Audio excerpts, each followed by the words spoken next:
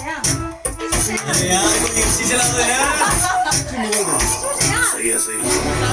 सारे फेक लगे देख मुझको ब्रेक लगे से ठीक है पास आऊं तो सेक लगे इतना हाय हुआ कि धरना में टूट गया सही राजे ये हाय पसीना छूट गया कैसे दुनिया करती है बंदी तू बेदर्दी है शादी में भी करती है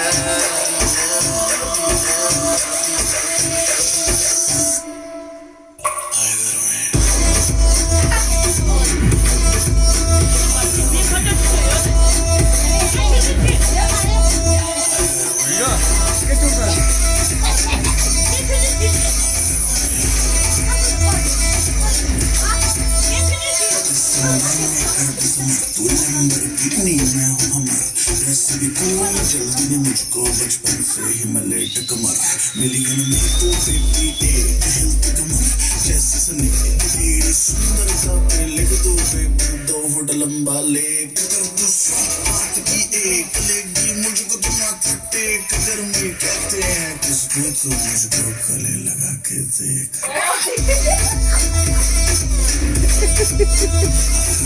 क्या बोलेंगे